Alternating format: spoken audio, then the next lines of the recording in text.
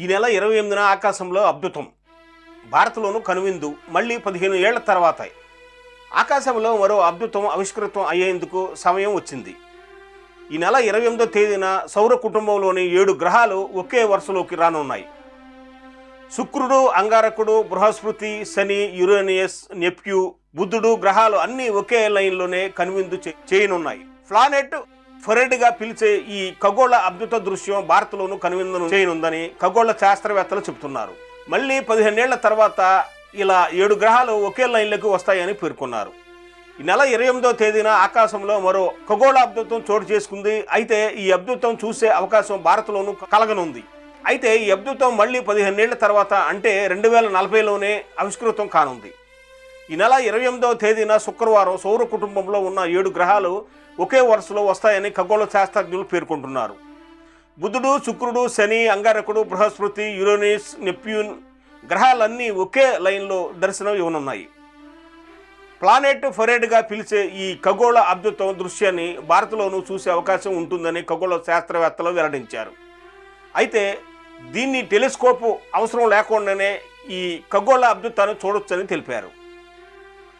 భారత్తో పాటు America, Mexico, Canada దేశాల్లోనూ ప్రజలు ఈ అరుదైన దృశ్యాన్ని చూడగలరని పేర్కొన్నారు. తిరిగి ఈ ఖగోళ అద్భుత దృశ్యం 2040లో కనువిందు చేయనుందని వివరించారు. అయితే గత నెలలో కూడా ఈ ప్లానెట్ ఫరెడ్ ఆకాశంలో కనువిందు చేసింది.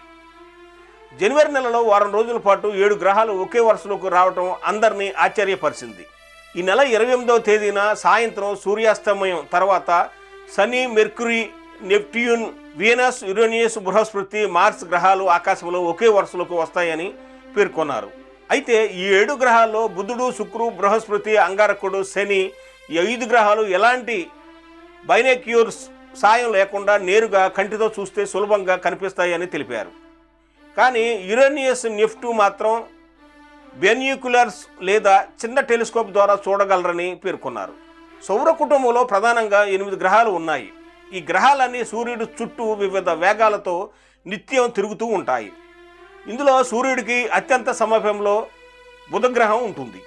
కాబట్టి ఈ బుధుడు 88 రోజుల్లోనే సూర్యుని చుట్టూ తన కక్షను పూర్తి చేసుకుంటుంది. ఇక సూర్యుని చుట్టూ భూమి తిరిగి రావడానికి 365 రోజులు పడుతుంది.